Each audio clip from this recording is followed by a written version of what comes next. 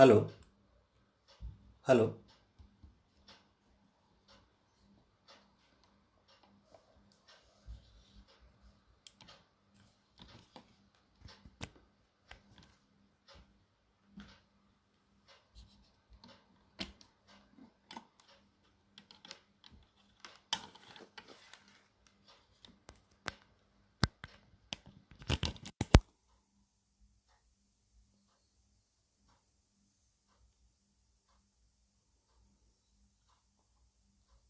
Hello. मेरी आवाज़ पहुंच रही है क्या? थोड़ा नमस्कार अंशु भाई। मेरी आवाज़ पहुंच रही है क्या, बताएंगे ज़रा? ठीक है, क्लैरिटी है ना? साफ आवाज़ आ रही है?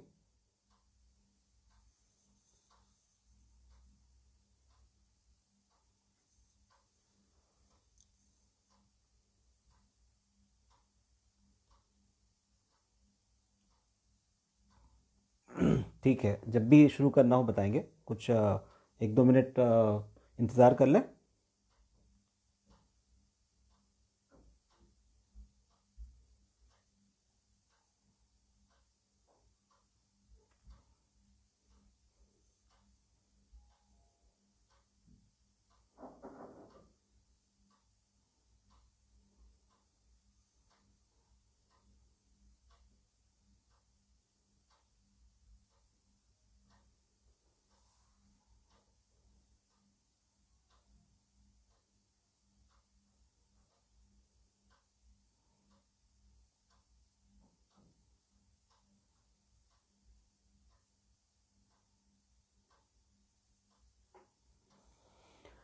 ठीक है, जब भी शुरू करना हो आप मुझे नीचे टिप्पणी कर दें छोटी सी।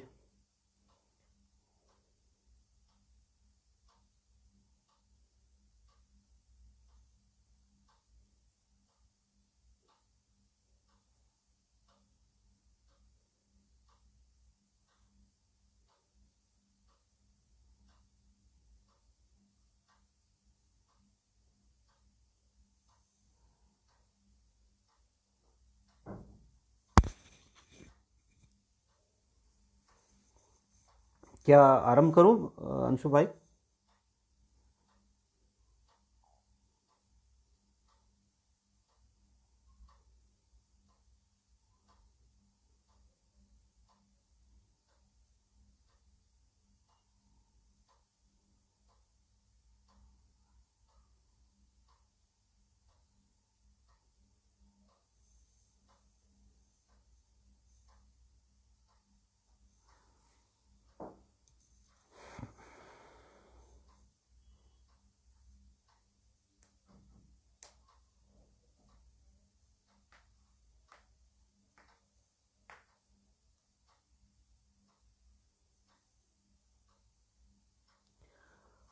ठीक है। बहुत बहुत शुक्रिया आ, अंशु जी का, और चिंतन साहित्यिक और सांस्कृतिक संस्था से जुड़े सभी साथियों का। मुझे खुशी इस बात की है ख़ास तौर पे कि यह आयोजन, या मुझसे पहले मणि सर और कुछ और साथियों का भी मैंने वहाँ लाइव शोज़ देखा, उसके रिकॉर्डिंग देखे। तो ये एक बहुत अच्छी बात यह है कि ये सभी साथी चिंतन से जो जुड़े हैं, जो इसका आयोजन कर रहे हैं, वो काफ़ी युवा हैं। और पिछले कई वर्षों से हम यही सोच रहे थे कि हमारे बाद क्या नई पीढ़ी, 2000 के आसपास, 90 के बाद की पीढ़ी कह सकता हूँ मैं। तो 90 के बाद के दशक की के जो दोस्त हैं, युवा हैं, वे साहित्य को किस कोण से देखते हैं, उनका दृष्टिकोण क्या है, वे इसे किस तरह आगे ले जाएंगे, इस बात पर हम लोग अक्सर चर्चा करते हैं। तो ये चिंतन संस्था, और इस तरह से पिछले चंद माह से हम देख रहे हैं कई और संस्थाएं हैं जिसमें जो साहित्यकार जुड़ रहे हैं वो काफ़ी युवा हैं, और ये बहुत खुशी की बात है। और आज का पाठ मैं आप सभी मित्रों को, युवा साथियों को समर्पित करता हूँ। और सबसे पहले मैं एक छोटी सी कविता से आरंभ करूँगा। हमारे बहुत आदरणीय और प्रिय बाबूजी, जिन्हें हम कहते थे, विष्णुचंद शर्मा जी हमारे बीच नहीं है, तो उन्हें समर्पित मैं चंद पंक्तियाँ पढ़ना चाहूँगा और बाबूजी को नमन करते हुए, विष्णुचंद शर्मा जी को नमन करते हुए ये पंक्तियाँ मैं पढ़ रहा हूँ। हम सब सच बोलना चाहते हैं, हम सब सच बोलना चाहते हैं, बच्चों से भी सच बोलने को कहते हैं, पर क्या बोलते हैं सच सचमुच? हम सब सच बोलना चाहते हैं, बच्चों से भी सच बोलने को कहते हैं, पर क्या बोलते हैं सच सचमुच? असल में जब सच बोलने की बारी आती है, असल में जब सच बोलने की बारी आती है, या तो हम दूसरी ओर देखने लगते हैं या आधा सच बोलते हैं और रिरियाते हैं। असल में जब सच बोलने की बारी आती है, या तो हम दूसरी ओर देखने लगते हैं या आधा सच बोलते हैं और रिरियाते हैं। हम सच बोलते हैं, पर विष्णुचंद शर्मा जी की तरह नहीं। हम सच बोलते हैं, पर विष्णुचंद शर्मा जी की तरह नहीं, जो सच बोलते हैं और आंखों में आंखें डालकर देखते हैं। जो सच बोलते हैं और आंखों में आंखें डालकर देखते हैं। बाबूजी को सलाम, और इन शब्दों के साथ हम उनकी स्मृति को नमन कहते हैं, सलाम कहते हैं। और आज के इस कार्यक्रम को मैं आगे बढ़ाता हूँ। एम दत्ता साहब, आपका शुक्रिया, आप जुड़े, और अंशु जी हैं, और उम्मीद है चंद साथी और भी हमारे साथ जुड़ेंगे। और आप सबका हार्दिक स्वागत है, अभिनंदन है। मैं आज के इस काव्य पाठ का आरंभ करूँगा मैं अपने पहले संग्रह से। उसकी कुछ कविताएं मैं यहाँ पढ़ना चाहूँगा। कविताएं 2010 के आसपास तक की हैं, यानी 90वें दशक में लिखी गई कविताएं, और शुरुआती नई सदी में शुरुआती दौर में लिखी गई कुछ कविताएं। तो उनसे मैं शुरुआत करता हूँ, और छोटी छोटी कविताओं को सबसे पहले पढ़ता हूँ। शीर्षक है इनके अलावा भी दुनिया। इनके अलावा भी दुनिया। आलोक और अमित हमारे दो बेटे, आलोक और अमित हमारे दो बेटे, बस हम चार। इनके अलावा भी दुनिया है भाई, इनके अलावा भी दुनिया है भाई। अगली कविता है दिल्ली, और बहुत छोटी छोटी कविता है।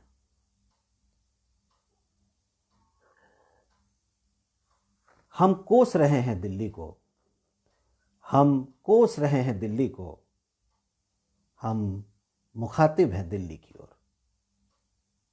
फिर से पढ़ता हूं कि हम कोस रहे हैं दिल्ली को, हम मुखातिब हैं दिल्ली की ओर। फिर से एक बार चिंतन साहित्यिक संस्था का बहुत बहुत शुक्रिया, और दत्ता जी का शुक्रिया, वे जुड़े। और मैं आगे बढ़ता हूं। अगली कविता का शीर्षक है चुप। ऐसा पहली बार हो रहा है, ऐसा पहली बार हो रहा है कि मैं चुप हूं और तुम बोल रही हो लगातार। ऐसा पहली बार हो रहा है कि मैं चुप हूं और तुम बोल रही हो लगातार। सदियों से मैं बोलता रहा और तुम चुप। सदियों से मैं बोलता रहा और तुम चुप। अगली कविता है चांद। हर घर में होना चाहिए एक छेद, हर घर में होना चाहिए एक छेद, जहां से नजर आए चांद हर वक्त, जहां से नजर आए चांद हर वक्त। जमीन के बारे में। अगली कविता का शीर्षक है जमीन के बारे में। बहुत ऊंचाई से उतरते हैं आप, बहुत ऊंचाई से उतरते हैं आप, और उतरते ही बोलने लगते हैं धारा प्रवाह जमीन के बारे में। और उतरते ही बोलने लगते हैं धारा प्रवाह जमीन के बारे में। समय शीर्षक से अगली कविता है। अंशु भाई, एक बार और बताएं, मेरी आवाज़ और कविताएं आप तक पहुंच रही है ना?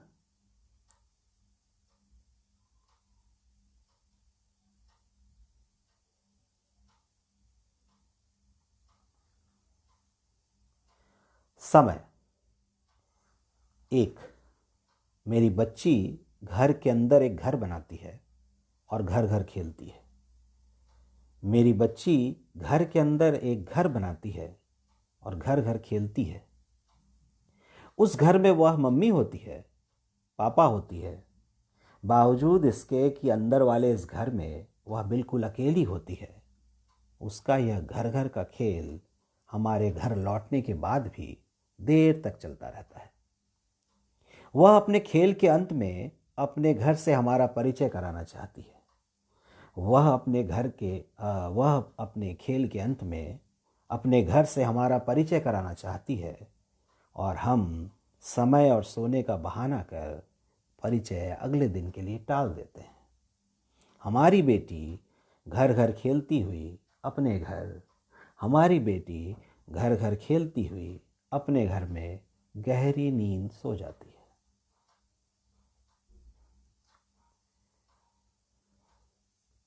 दो, मैं देख रहा हूँ दिवाकर, समीर और संचिता को बड़े होते। मैं देख रहा हूँ दिवाकर, समीर और संचिता को बड़े होते टीवी पर, इस चैनल से उस चैनल, दुगुनी तिगुनी चौगुनी रफ्तार से उम्र बढ़ते, लगातार घाघ से घाघ होते। मैं देख रहा हूँ दिवाकर, संचिता, समीर को बड़े होते टीवी पर, इस चैनल से उस चैनल, दुगुनी तिगुनी चौगुनी रफ्तार से उम्र बढ़ते, घाघ से घाघ होते, पैतरे सीखते एक से बढ़कर एक। मैं देख रहा हूँ बच्चों से बचपन को गायब होते। मैं देख रहा हूँ बच्चों से बचपन को गायब होते, छींचते।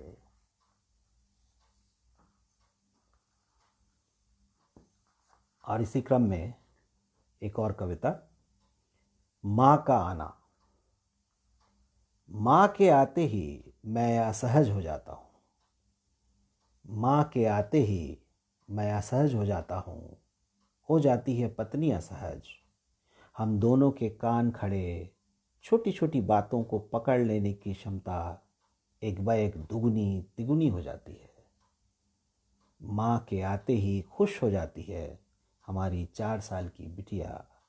वह चाहती है उसकी दादी खेले उसके संग, पूरे घर के लगाए 100 चक्कर।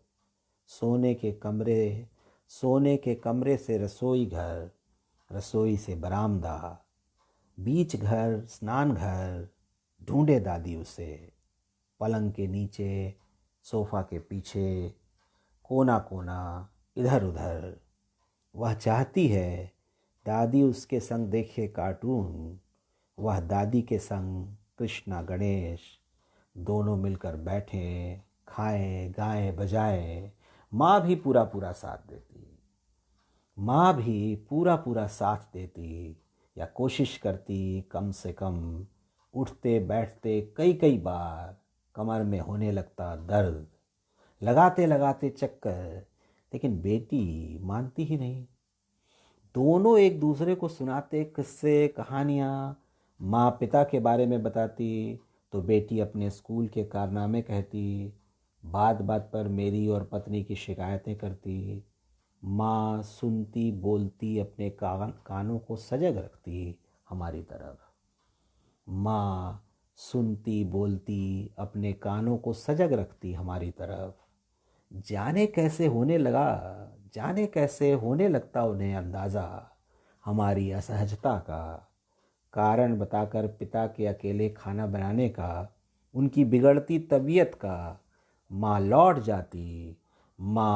जाती दिनों पहले, तय कार्यक्रम के, हमारी मौन स्वीकृति के साथ।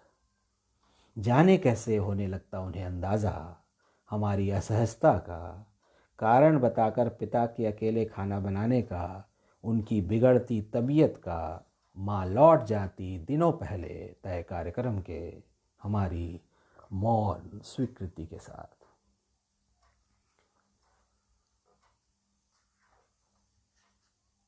छोटी सी और एक कविता। कड़ाही। बदल गए चम्मच कलछुल, बदल गए चम्मच कलछुल, थाली गिलास कटोरी, उनकी जगह नई ने ले ली। कुछ घिस घिस कर पुराने हो गए तो बदल दिए गए, कुछ टूट फूट गए तो। माँ की तरह हर चीज़ बदलती गई, माफ़ कीजिएगा, माँ की हर चीज़ बदलती गई, बड़े होते गए जैसे जैसे बच्चे। माँ की हर चीज़ बदलती गई, बड़े होते गए जैसे जैसे बच्चे। नहीं बदली माँ, नहीं बदली माँ, नहीं बदली उनकी कड़ाही, जिसे आज भी माँ घिस घिस कर चमका देती है जब तब जैसे हो बिल्कुल नहीं। जिसे आज भी माँ, जिसे आज भी माँ घिस घिस कर चमका देती है जब तब जैसे हो बिल्कुल नहीं। एक छोटी सी कविता। पिता। यह बैल बूढ़ा उसने खुला छोड़ दिया, यह बैल बूढ़ा उसने खुला छोड़ दिया, चरे या मरे उसे क्या, चरे या मरे उसे क्या। पिता भी बैल की तरह, पिता भी बैल की तरह।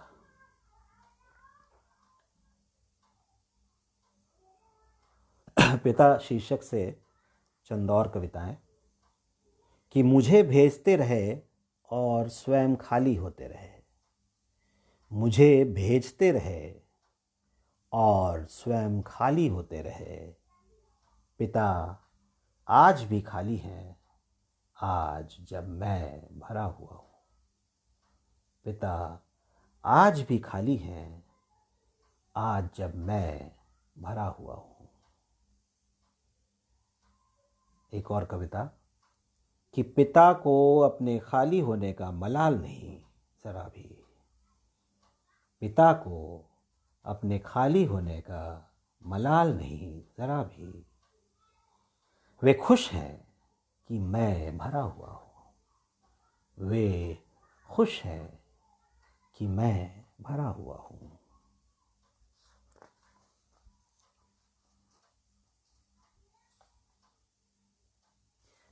सड़सठ के पिता आते हैं और मेरी 7 साल की बिटिया के साथ खेलने जुट जाते हैं।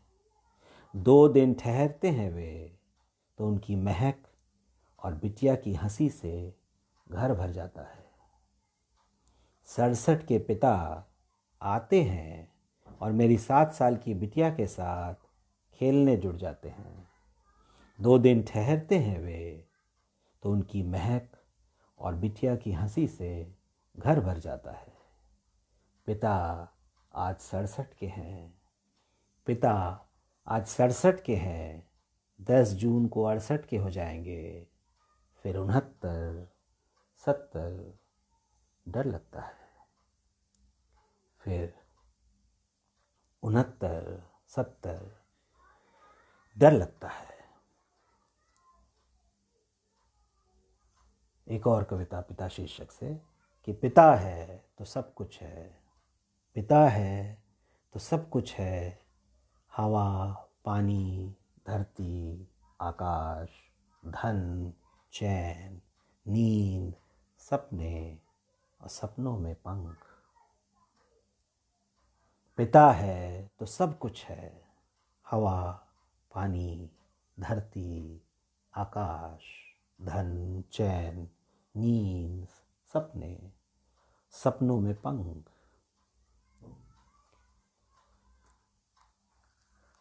और एक कविता बिटिया। इसके बाद मैं आपको पिछले 10 वर्षों में लिखी कुछ कविताएं सुनाऊंगा। फिलहाल मैं आपको अपने पहले संकलन की कविताओं से रूबरू करवा रहा हूँ।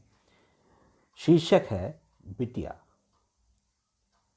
सुबह से सुलझाती रही हमारा झगड़ा हमारी बिटिया, अन्य दिनों से विपरीत शांत और चुपचाप, अपने में मशगूल होने का स्वांग करती हुई।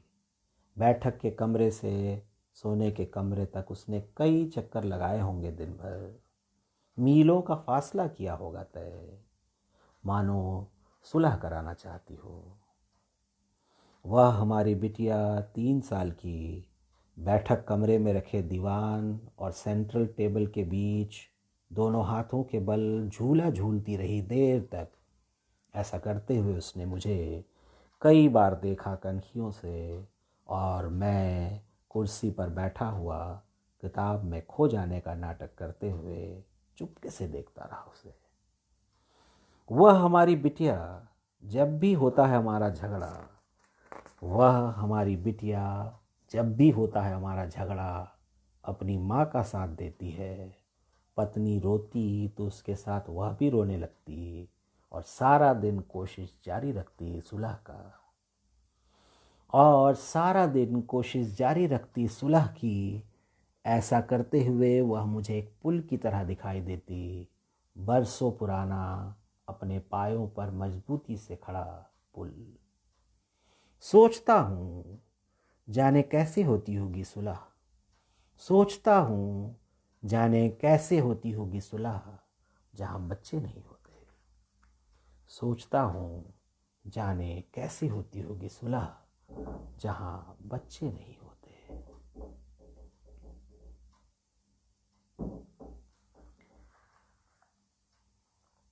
उम्मीद है मेरी कविताएं आप तक पहुंच रही हैं। हालांकि ये एक तरफ़ा किस्म का ये लाइव शोज़ में ये दिक्कत है कि सीधी बात सीधी मुखातिब हम नहीं हो पाते। फिर भी मैं उम्मीद करता हूँ कि चंद साथी, सिर्फ 4 लोग हैं हमारे साथ, लेकिन वे जुड़े हैं ज़रूर, वे सुन रहे हैं।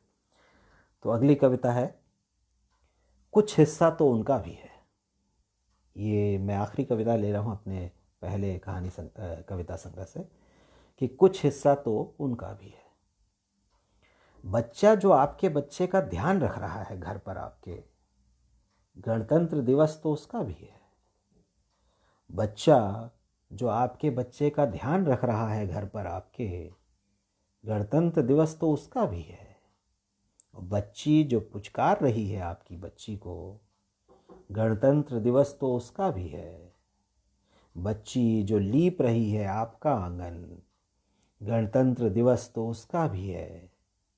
और मिठाई जो बट रही है यहाँ, मिठाई जो बट रही है यहाँ, कुछ हिस्सा तो उनका भी है, कुछ हिस्सा तो उनका भी है।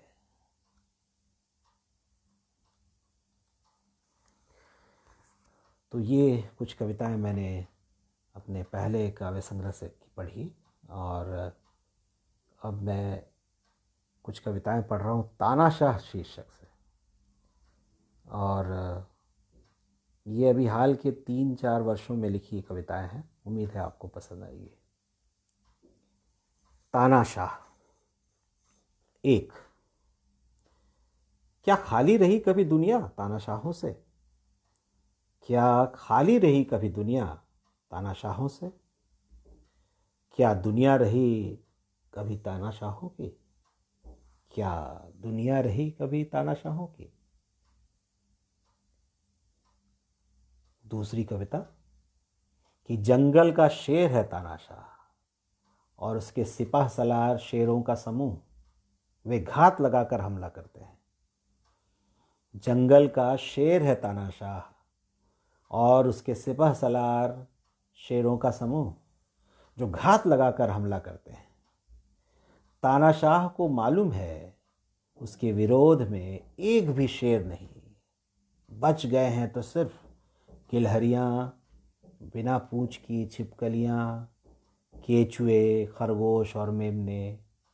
उंगलियों में गिने जा सकते हैं उतने गीदड़ और हिरन, बारहसिंघा, 2-4 जंगली सुअर और भैंसे। यहाँ तक कि लोमड़ियाँ और शिकारी कुत्ते भी न जाने कहाँ अंतर्ध्यान हो गए हैं इन दिनों। चीते की प्रजाति तो विलुप्त हुई हो चुकी है कब की। तानाशाह की जद में ढेरों से शिकार है, तानाशाह की जद में ढेरों शिकार हैं जो अपनी आवाज़ भूल कर तानाशाह की जय बोलने लगे हैं। तानाशाह को पता है कि ये कब के हार मान चुके आसान शिकार हैं जो उसकी जद में खड़े अपनी बारी का इंतज़ार कर रहे हैं। तानाशाह के राज में सबसे मज़े में है गिलहरियाँ, बिना पूंछ की छिपकलियाँ, केचुए, खरगोश और मेमने। दरअसल उनमें कोई रुचि नहीं है तानाशाह को।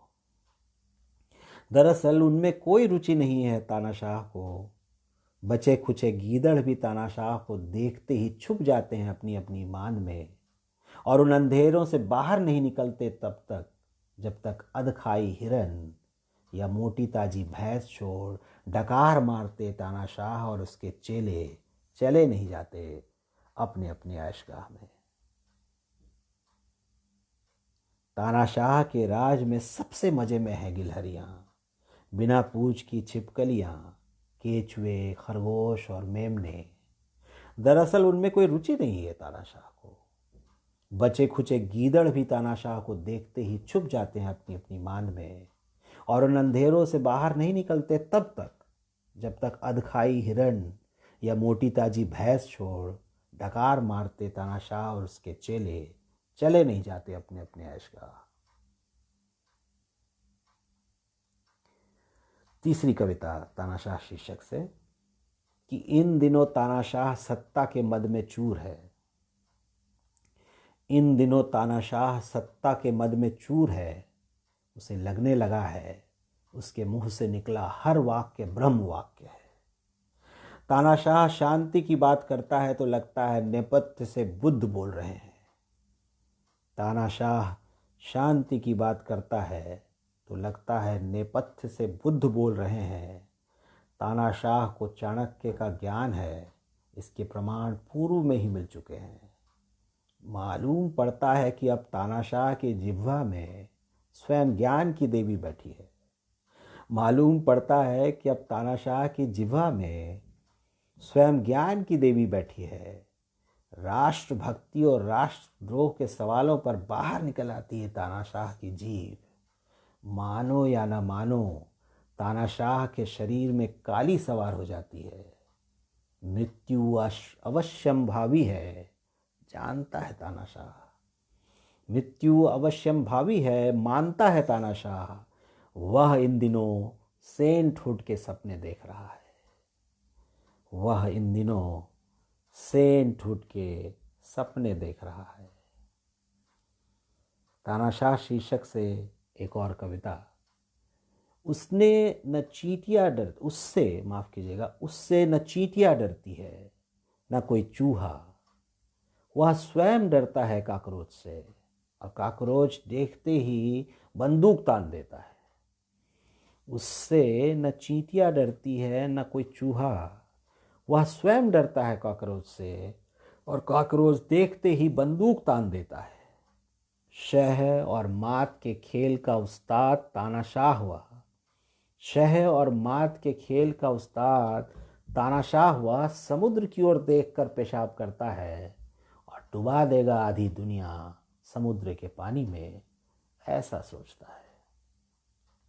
और डुबा देगा सारी दुनिया समुद्र के पानी में, ऐसा सोचता है। पांचवी कविता तानाशाह शीर्षक से कि तानाशाह नचाता है लोगों को उंगलियों पर, अंगूठे के नीचे रखता है दबाकर लोगों के गले। तानाशाह समझता है वह हो गया है अमर, उसके हाथ लग गया है अमृत कलश, और वह है दुनिया का इकलौता बाप। पर वह जिस दिन ऐसा समझता है, पानी हो जाता है उसके कलश का अमृत। उंगलियों में गिने जा सकते हैं उसके दिन, गिनती की रह जाती है सांसें उसकी। 6। मुझे उम्मीद है कि मेरी कविताएं कुछ ही मित्र हैं लेकिन उन तक पहुंच रही है, और हम बाद में इस लाइव वीडियो को साझा कर सकते हैं अपने दोस्तों के साथ, तो कुछ और मित्र भी शायद सुने और उन्हें ये कविताएं पसंद आए। इस कविताओं का मैसेज या संदेश उन तक पहुँचे। कि चूहे नहीं मारता तानाशाह, चूहे नहीं मारते तानाशाह, पर आदमी के मरने से उन्हें गुरेज नहीं। चूहे नहीं मारते तानाशाह, पर आदमी के मरने से उन्हें गुरेज नहीं।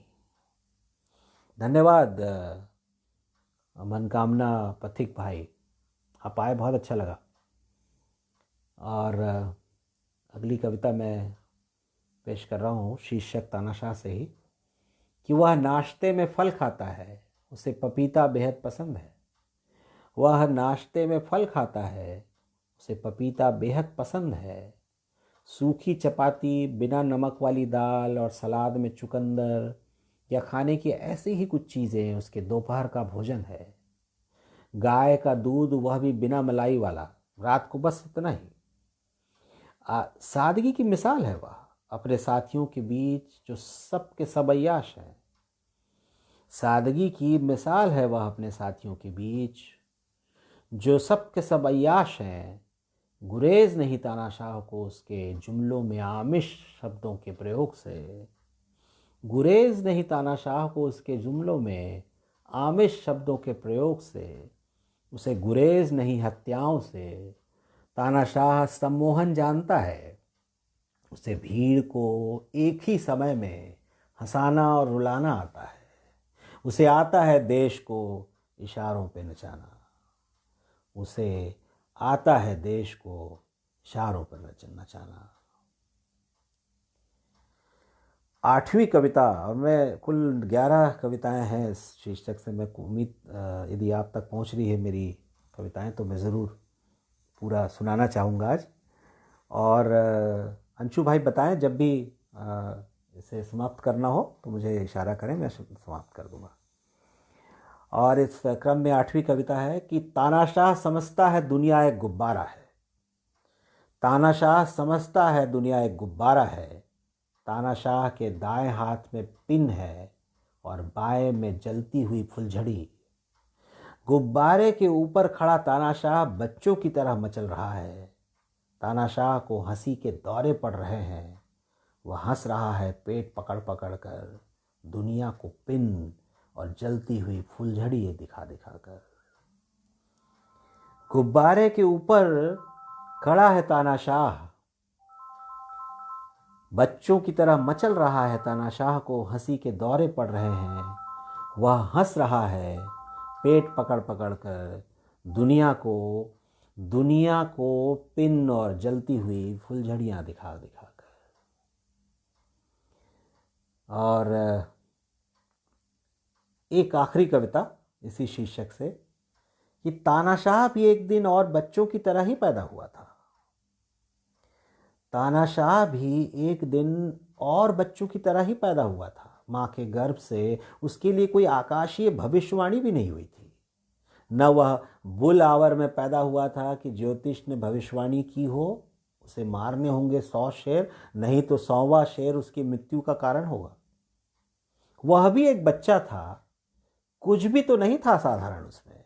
खाता पीता सोता खुराफाते करता, आहिस्ते आहिस्ते बड़ा हो रहा था और बच्चों की तरह। किशोर वय तक पहुंचते पहुंचते वह असाधारण होने लगा। उसने घृणा करना सीखा। अपने जैसे किशोरों को वह हिकारत की नज़र से देखने लगा। उसने चालाकी और धूर्तता सीखी अपने आसपास से। शायद उसने प्यार भी कभी किया हो, शायद उसने प्यार भी किया कभी किसी लड़की से और किशोरों की तरह, पर किया प्यार उन सभी चीज़ों से ज़्यादा जो उसके पास नहीं थी उन दिनों। पर किया प्यार उन चीज़ों से ज़्यादा जो उसके पास नहीं थी उन दिनों। उन चीज़ों को पाने के लिए किसी भी हद तक जा सकता था वह, कितनी भी घृणा पाल सकता था, कितनी भी जाने ले सकता था, मारने की सुपारी तक दे सकता था। उसने बहुत जल्दी जान लिया था कि यहाँ रिश्ते बहुत कच्चे हैं आदमियों के। उसने बहुत जल्दी जान लिया था यहाँ रिश्ते बहुत कच्चे हैं आदमियों के। दोस्ती, बंधुत्व, भाईचारा, एकता सब किताबी हैं, या है भी तो फुर्र हो जाते हैं मिनटों में। धन, धर्म, जाति, बोली और भाषा के नाम पर। समझ गया वह भाषण देकर लोगों को आपस में भिड़वाकर, दंगे भड़काकर, दूर बैठा टांग पर टांग धरे तमाशा देख सकता था। वह अनगिनत झूठ बोल सकता था और अनगिनत बार बोल सकता था, क्योंकि उसे मालूम था बार बार बोला गया झूठ मतलब सच होता है लोगों के लिए। उसे मालूम था घृणा करना आसान है ज़्यादा और उत्तेजना से भरपूर भी।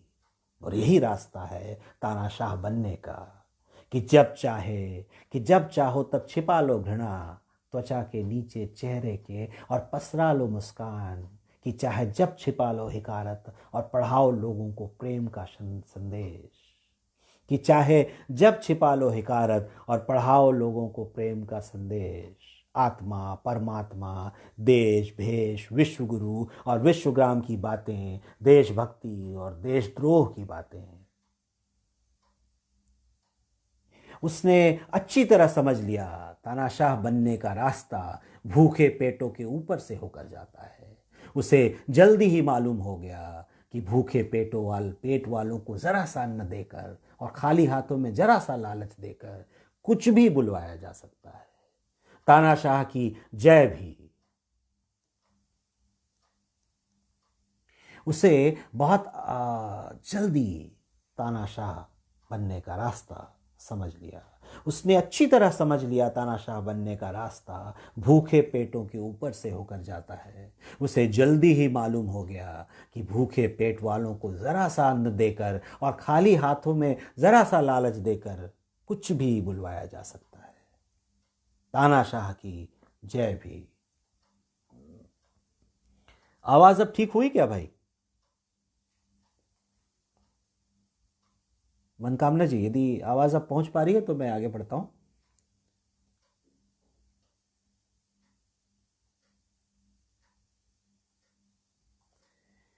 और इस काव्य पाठ को आगे बढ़ाता हूं और पहुंचता हूं कुछ और नई कविताएं आपको मैं सुना रहा हूं। शीर्षक है जन्मदिन।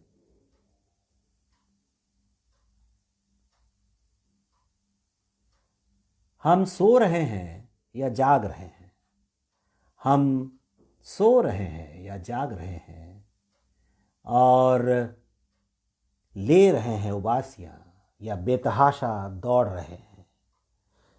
कविता का शीर्षक मैंने जैसे आपको बताया है जन्मदिन। एक बार फिर पढ़ रहा हूं कि हम सो रहे हैं या जाग रहे हैं और ले रहे हैं उबासियां या बेतहाशा दौड़ रहे हैं। हम डाल रहे हैं धरती पर अपने अपने हिस्से का बोझ। हम काट रहे हैं अपने और गाहे बगाहे दूसरों के हिस्से की धरती। हम काट रहे हैं अपने और गाहे बगाहे दूसरों के हिस्से की धरती। धरती मानो एक केक है और हम मना रहे हैं अपना अपना जन्मदिन। धरती मानो एक केक है और हम मना रहे हैं अपना अपना जन्मदिन। अगली कविता है दुश्मनी। आज खबर मिली कि मेरे दुश्मन की पत्नी नहीं रही। आज खबर मिली कि मेरे दुश्मन की पत्नी नहीं रही। कुछ दिनों पहले मेरे एक और दुश्मन की मां की मृत्यु का समाचार मिला था। मैंने याद किया कि मेरे दुश्मन की पत्नी से मेरी कोई दुश्मनी नहीं थी। मैंने याद किया कि मेरे दुश्मन की पत्नी से मेरी कोई दुश्मनी नहीं थी। वह एक अच्छी महिला थी जिसे अपने पति के साथ साथ दूसरों की फिक्र थी। मेरे दुश्मन की मां जब भी मिली लगा जैसे मां मिली, बस। मेरे दुश्मन की मां जब भी मिली लगा जैसे मां मिली, बस। आज जब दोनों नहीं रहे, आज जब दोनों नहीं रहे, लगा दुश्मनी का कोई मतलब नहीं। लगा दुश्मनी का कोई मतलब नहीं।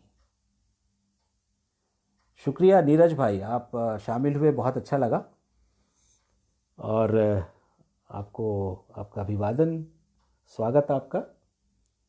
तो इस तरह से कुछ मित्र जुड़ रहे हैं, अच्छा लग रहा है। और इससे मेरा हौसला बढ़ रहा है, मैं कुछ और कविताएं सुनाऊंगा। और अंशु भाई जब भी रोकना हो मुझे बताएंगे ज़रूर, 5 मिनट पहले, 5-7 मिनट पहले, तो मैं अपनी आखिरी कविता सुनाकर बंद करूंगा। छोटी छोटी कविताएं ही सुना रहा हूं। अगली कविता है, जब एक बूढ़ा और एक बच्चा मुस्कुराते हैं साथ साथ, तो समझना चाहिए कि दुनिया अभी उतनी बुरी नहीं है जितना हम समझ बैठे हैं। जब एक बूढ़ा और एक बच्चा मुस्कुराते हैं साथ साथ, तो समझना चाहिए कि दुनिया अभी उतनी बुरी नहीं है जितना हम समझ बैठे हैं। अगली कविता का शीर्षक है, फंदे। वे बार बार फंदे फेंकते हैं और हम उलझ जाते हैं फंदों में।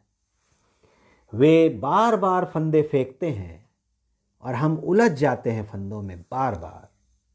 अक्सर मुझे लगता है कितनी मिलती जुलती है हमारी शक्लें चूहों से।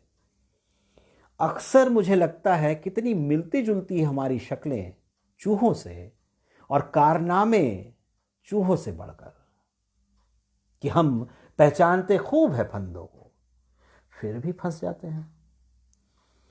अक्सर मुझे लगता है कितनी मिलती जुलती हमारी शक्लें चूहों से, और कारनामे चूहों से बढ़कर, हम पहचानते खूब हैं फंदों को, फिर भी फंस जाते हैं। और अभी एक ताज़ा लिखी कविताएं, पिछले कविता सुना रहा हूँ, पिछले शायद 1 माह पूर्व लिखी थी, हिंदू मुसलमान शीर्षक से।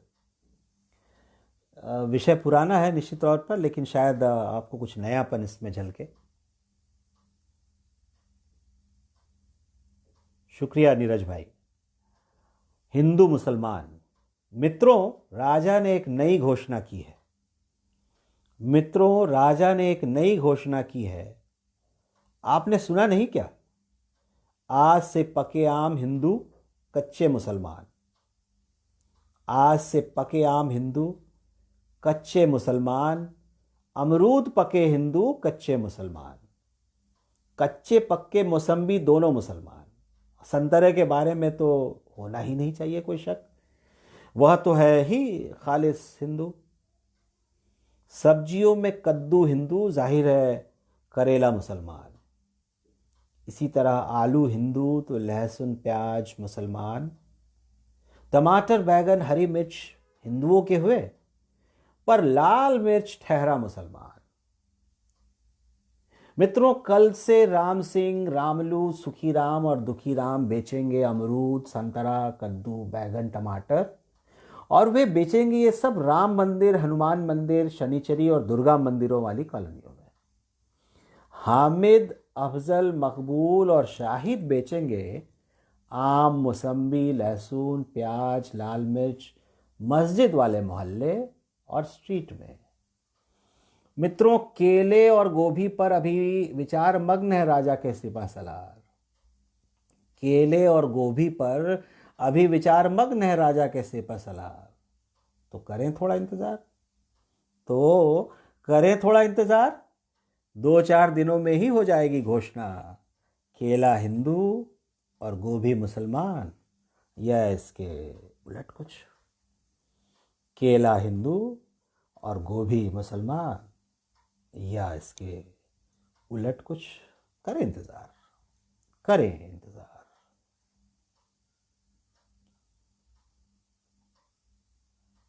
और अगली कविता का शीर्षक है, दिल्ली भारत के नक्शे में नहीं है क्या? अंशु भाई, आप दिल्ली में रहते हैं और मेरे कई साथी दिल्ली में हैं, उसके आसपास रहते हैं, तो यह कविता आप सबको नज़र कर रहा हूँ, आपको, आपके लिए ख़ास तौर पे, कि दिल्ली भारत के नक्शे में नहीं है क्या? मुझ पर बम नहीं गिरा है, सही सलामत है मेरे हाथ पैर धड़। फटा नहीं है सर, खुली कब्र में लिटाया नहीं गया हूँ मैं। न बगल में मेरे शव के सैकड़ों की तादाद में कटे फटे पड़े हैं शव बेतरतीब। दर की नहीं है मेरे घर की दीवारें, न छत का कोई हिस्सा ही उड़ा है, सही सलामत है मेरा पड़ोसी भी। न कहीं से बू आ रही है जलने की, और न गाढ़ा काला धुआं ही है हमारे मोहल्ले के आसमान में, आसमान को घेरे हुए। ऊपर नीला है सब। शोर मचा रहे हैं मेरे मोहल्ले के बच्चे। मेरे कानों में पड़ रही है किलकारियां, जैसे स्वर लहरियां संगीत की। वे दौड़ते हुए सड़क पर जो मोहल्ले के ठीक बीचों बीच गुजरती है, अपने पीछे खुशबुओं का रेला छोड़ जाते हैं, आते और जाते। यहाँ ठीक चल रहा है सब कुछ, यहाँ ठीक चल रहा है सब कुछ। मुझे किस बात की है चिंता, जबकि सीरिया नहीं है मेरा देश। न मेरे देश का नाम इराक, लीबिया, लेबनान या पाकिस्तान है, न रोहिंग्या ही हूं मैं, जिसका कोई देश है अभी तय किया जाना बाकी है। फिर मैं बेचैन क्यों इतना, क्यों परेशान मैं, अफगानी औरतों के बेनामी होने पर, सीरिया के बच्चे शमा को देखकर। फिर मैं बेचैन क्यों परेशान मैं, अफगानी औरतों के बेनामी होने पर, सीरिया के बच्चे शमा को देखकर, आकाश में गूंजते बमवर्षक विमानों को गुजरते देख, बदहवास भागते बच्चों को देखकर, टीवी या इंटरनेट पर किसी रोहिंग्या स्त्री के स्तन से चिपके मरे हुए बच्चे को देखकर मैं बेचैन क्यों हूं? मुझे बेचैन नहीं होना चाहिए। क्योंकि मेरे देश का नाम अफगानिस्तान नहीं, सीरिया, इराक, लीबिया, लेबनान या पाकिस्तान नहीं मेरा देश। नहीं होना चाहिए मुझे बेचैन, क्योंकि भारत देश है मेरा। नहीं होना चाहिए मुझे बेचैन, क्योंकि भारत देश है मेरा। यहाँ टीवी पर और अखबारों में, प्रधानमंत्री और राष्ट्रपति के भाषणों में, मन की बातों में वह सब कुछ है जो एक देश को खुशहाल कहलवाता है। कहा जा रहा है चेहरों से टपकती खुशी लेकर आगे बढ़ रहा है इंडिया, विश्वगुरु बन रहा है इंडिया, आत्मनिर्भर भारत। तो क्यों बेचैन मैं? मुझसे 1000 किलोमीटर दूर दिल्ली शहर में मेरे मोहल्ले के बराबर व्यास में फैले कचड़े के ढेर में अपने पैरों के नाप का जूता ढूंढते बच्चों को देखकर क्यों बेचैन मैं? दिल्ली भारत के नक्शे में नहीं है क्या? दिल्ली भारत के नक्शे में नहीं है क्या?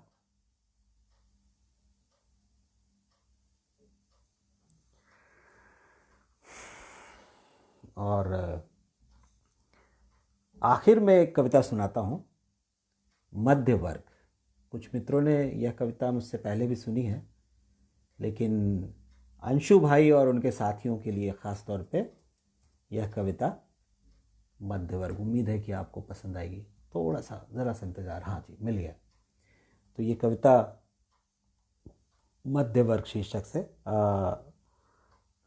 शीर्षक माफ़ कीजिएगा, इसका मैंने रखा था 9 मिनट। तो 9 मिनट कविता आपको सुना रहा हूँ आखिर में, कि मध्य वर्ग ने 9 मिनट लंबी गहरी सांस ली। मध्य वर्ग ने 9 मिनट लंबी गहरी सांस ली।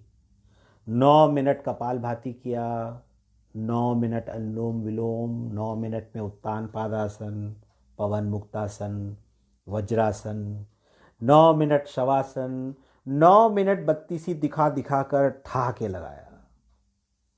मध्य वर्ग ने 9 मिनट तक टीवी पर लाखों लोगों को बच्चों को गोद में या कंधे में उठाए और सर पर गठरियां लादे शहर के बाहर सड़क पर पैदल चलते देखा। मध्य वर्ग ने 9 मिनट तक टीवी पर लाखों लोगों को बच्चों को गोद या कंधे में उठाए और सर पर गठरियां लादे शहर से बाहर सड़क पर पैदल चलते देखा। ये वे थे जो महानगरों में दिहाड़ी कर अपना और परिवार का पेट पाल रहे थे, जो दरअसल मध्य वर्ग और उच्च मध्य वर्ग के ऐशो आराम का जरिया थे। वे सैकड़ों किलोमीटर दूर अपने गांव पैदल जा रहे थे। वे भूखे थे और उन्हें पता नहीं था कि मंजिल तक कब पहुंचेंगे या पहुंचेंगे भी कि नहीं। मध्य वर्ग 9 मिनट तक टीवी पर यह सब देखते रहे। मध्य वर्ग टीवी पर 9 मिनट तक यह सब देखते रहे और मुंह से करते रहे। कुछ की आंखें भी भर आई, ठीक वैसे ही जैसे प्रधानमंत्री का भाषण सुनते ही भर आती है, और भरी ही रहती है 9 मिनट तक। मध्य वर्ग ने 9 मिनट तक थाली घंटे घड़ियाल बजाए, पटाखे फोड़े, 9 मिनट तक घरों की बत्तियां बुझाई, घी और तेल के दिए जलाए और उनके आलोक में दीप्त दूर दूर से एक दूसरे का चेहरा देखा। साड़ियाँ देखी, सूट देखे, कुर्ते पैजामे सलवार देखे, चुपके से लिपस्टिक का रंग देखा। मध्य वर्ग के गाल गुलाबी हो गए और आंखें चमक उठी, ठीक वैसे ही जैसे प्रधानमंत्री का भाषण सुनते सुनते चमकती है मध्य वर्ग की आंखें और गाल गुलाबी हो जाते हैं। मध्य वर्ग ने 9 मिनट, माफ कीजिएगा, मध्य वर्ग ने 9 बजकर 9 मिनट पर 9 मिनट तक कविता लिखी, 9 मिनट के गीत तैयार किए और 9 मिनट तक गाया भी। मध्य वर्ग ने 9 बजकर 9 मिनट पर 9 मिनट तक कविता लिखी, 9 मिनट के गीत तैयार किए और 9 मिनट तक गाया भी। 9 मिनट तक उल्लसित होते रहे, वंदे मातरम कहा, भारत माता की जय बोले, 9 मिनट तक देशभक्ति की धारा में बहते गए। 9 मिनट तक देशभक्ति की धारा में बहते रहे। शुक्रिया दोस्तों, बहुत बहुत धन्यवाद। कुछ मित्र मेरे साथ अंत तक बने रहे, आप सबका हार्दिक आभार और शुक्रिया। अंशु भाई, आप बने रहे आखिर तक और आपकी प्रेरणा मैं तो कहूँगा कि मैं इतने लंबे समय तक कविताएं सुनाता रहा।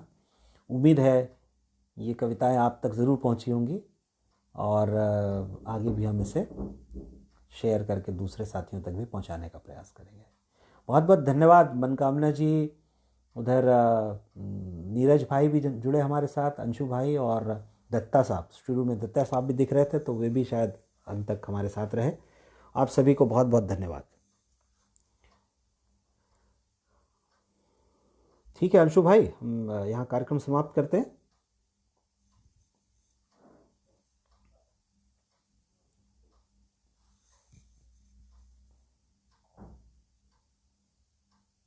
तो नमस्कार भाई सब, फिर से एक बार, और इसके साथ ही मैं कार्यक्रम यहाँ समाप्त करता हूँ। शुक्रिया।